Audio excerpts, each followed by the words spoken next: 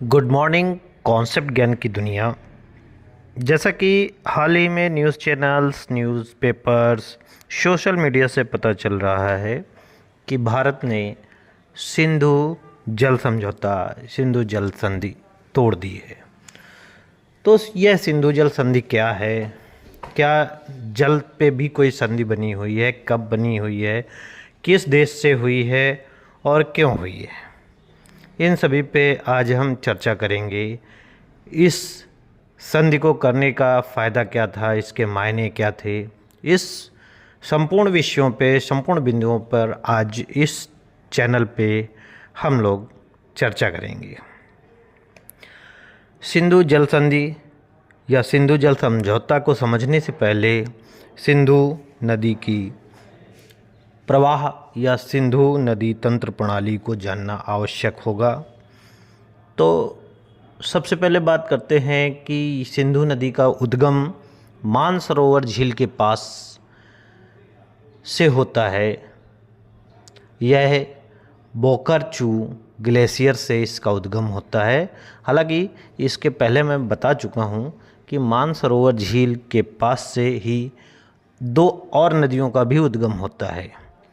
एक प्रमुख नदी ब्रह्मपुत्र नदी का भी वांगचुंग ग्लेशियर से उसका उद्गम होता है और एक सतलज नदी का भी मानसरोवर झील के पास से तिब्बत से उद्गम होता है। यानी तिब्बत में मानसरोवर झील के पास से 3 नदियों का उद्गम होता है, जिसमें से एक नदी का प्रवाह पूर्व की ओर हो जाता है, जो चीन होते हुए भारत में प्रवेश करती है, जिसका नाम ब्रह्मपुत्र नदी है। और 2 नदियों का प्रवाह पश्चिम की ओर हो जाता है, जिसमें एक सतलज नदी और दूसरी सिंधु नदी है। सिंधु नदी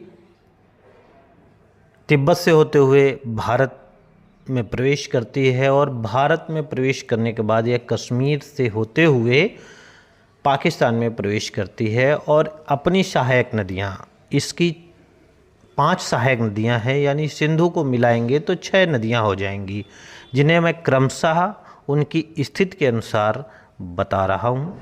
सबसे 1 नंबर सिंधु नदी, फिर चेनाब नदी, फिर झेलम नदी, फिर रावी नदी, फिर व्यास नदी और फिर सतलज नदी। चूँकि रावी, व्यास और सतलज भारत की तरफ, पूर्व की तरफ से बहती हुई सिंधु में मिलती हैं, जबकि झेलम, चेनाब और सिंधु पश्चिम से प्रवाहित होके यह एक में ही सिंधु नदी के रूप में पाकिस्तान में होके अरब सागर में गिर जाती है। जब 1947 में हमारे देश का विभाजन हुआ तो ज़मीन, पैसा और तमाम चीज़ों को लेके हमारे देश में जल का जो है, सिंधु नदी के जल का भी बंटवारा हुआ, क्योंकि पाकिस्तान को भी जल की आवश्यकता थी। तो उस समय जो पंजाब था वो पाकिस्तान में और भारत में फैला हुआ था। पूर्व पंजाब और पश्चिम पंजाब के नाम से उसको जाना जाने लगा। बाद में उसका नाम परिवर्तित करके लाहौर रख दिया गया और हमारे भारत का पंजाब आज भी पंजाब के नाम से है। तो पूर्व और पश्चिम पंजाब के चीफ इंजीनियरों में 20 दिसंबर 1947 को एक समझौता हुआ, जिसके अनुसार भारत द्वारा पाक को जल का निश्चित हिस्सा 31 मार्च 1947 तक देते रहना था और यह प्रक्रिया बराबर चली। लेकिन 1 अप्रैल 1948 को यह फैसला समाप्त हो चुका था, लागू नहीं हुआ या फैसला पूर्ण हो चुका था। तो भारत ने 2 प्रमुख नहरों का पानी रोक दिया, जिससे पाकिस्तान के पंजाब क्षेत्र की लगभग 17 लाख एकड़ ज़मीन की हालत ख़राब हो गई। 1951 में पीएम जवाहरलाल नेहरू ने टेंसी वैली अथॉरिटी के पूर्व प्रमुख डेविड लिलीथयंथल को भारत बुलाया। वह पाकिस्तान भी गए, भारत आए और पाकिस्तान भी गए। वापस जाकर अमेरिका में उन्होंने सिंधु नदी घाटी के जल बंटवारे पर एक लेख लिखा और यह लेख विश्व बैंक प्रमुख और लिलियंथल के दोस्त डेविड ब्लैक ने भी पढ़ा और उन्होंने दोनों देशों के प्रमुखों से जल विवाद के लिए उसके समाधान के लिए दोनों देशों के प्रमुखों से मुलाकात की। दोनों देशों के बीच बैठकों का सिलसिला शुरू हुआ और यह एक दशक तक चला। 19 सितंबर 1960 को कराची में सिंधु नदी घाटी संधि या सिंधु नदी समझौता हुआ। 1951 से 1960 में यह हुआ जाके पूरे 10 साल लगे। संधि समझौते के अनुसार 6 नदियों के जल का बंटवारा हुआ। पूर्व की 3 नदियां रावी, व्यास, सतलज का पानी भारत के लिए और पश्चिम की 3 नदियों सिंधु, चेनाब और झेलम का पानी पाकिस्तान के लिए निर्धारित हुआ, लेकिन कुछ शर्तों के साथ में। उसमें से जो शर्तें हैं, क्योंकि इन नदियों का आधार प्रवाह या उद्गम प्रवाह भारत में होने से सिंधु, चिनाब, झेलम का 80% पानी ही पाकिस्तान को मिलना तय हुआ और भारत को कृषि व बिजली के निर्माण के लिए इसका 20% लगभग 36 लाख एकड़ फीट पानी मिलना तय हुआ। और इसी समय जब यह संधि हुई और उस पर हस्ताक्षर हुए तो संधि के मुताबिक एक परमानेंट सिंधु आयोग यानी परमानेंट इंडस कमीशन PIC की स्थापना हुई, जिसमें दोनों देशों के स्थापना हुई और ये प्रावधान हुआ उसमें कि जिसमें दोनों देशों के कमिश्नरों को किसी भी विवाद पर बातचीत का प्रावधान था। किसी परियोजना पर किसी देश को आपत्ति होने पर दूसरा देश उसका जवाब देगा, ऐसा प्रावधान था। बातचीत से हल निकालना प्रावधान था।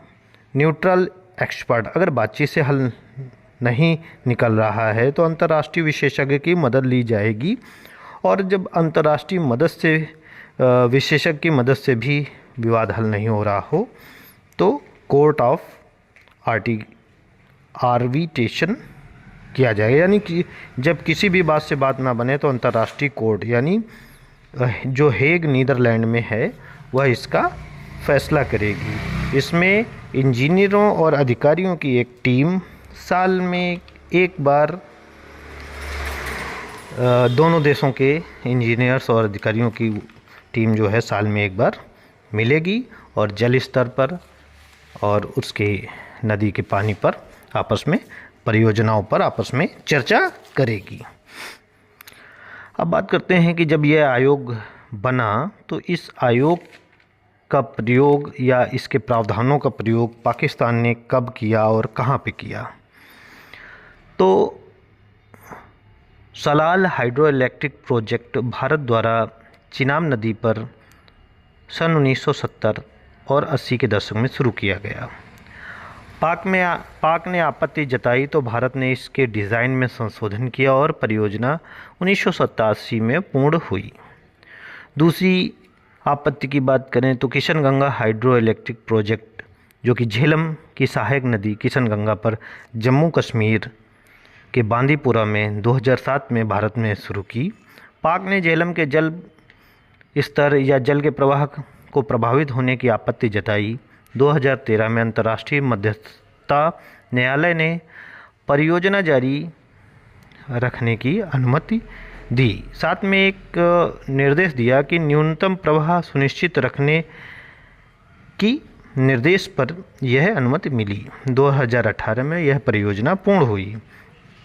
तीसरा रतले हाइड्रो इलेक्ट्रिक प्रोजेक्ट, जो चेनाब नदी पर जम्मू कश्मीर के किश्तवाड़ ज़िले में भारत द्वारा शुरू किया गया। पाकिस्तान ने 2022 में विश्व बैंक और अंतर्राष्ट्रीय मध्यस्थता न्यायालय में इसकी शिकायत की। अब बात करते हैं कि संधि टूटने से, जैसे कि अभी चर्चा में है कि भारत इस संधि को तोड़ रहा है और जल को रोक रहा है। यदि ऐसा होता है तो भारत पर तो इसका कोई प्रभाव नहीं पड़ता है, लेकिन पाकिस्तान पर इस पर क्या प्रभाव पड़ता है, आइए जानते हैं। संधि टूटने से पाकिस्तान पर बड़ी समस्या आ सकती है। वैसे तो अफ़गानिस्तान की तरफ से आने वाली नदियों से पाकिस्तान को पानी मिलता रहेगा, लेकिन भारत से लगे सटे हुए ज़िलों जैसे पंजाब, वर्तमान का लाहौर, इस्लामाबाद आदि सूखे से ग्रसित भी हो सकते हैं। वहाँ पे कृषि की समस्याएं भी आ सकती हैं। और अगर बात करें तो सिंधु और चेनाब और झेलम से प्राप्त 80% पानी को जो पाकिस्तान को मिलता है, उससे पाकिस्तान का 85% अनाज पैदा होता है। पूरे पाकिस्तान का 85% अनाज इन नदियों के जल से पैदा होता है। और इस क्षेत्र में जो 70% आबादी है वो ग्रामीण है, जिसकी मुख्य जीविका खेती करना है। अगर ऐसा है और इस खेती से पाकिस्तान के खजाने में लगभग 25% का योगदान मिलता है। तो यदि ऐसा होता है तो पाकिस्तान पर एक बड़ी समस्या आ सकती है। आज के वीडियो में सिंधु जल समझौता के बारे में बस इतना ही। मिलते हैं अगले वीडियो के साथ। नमस्कार दोस्तों।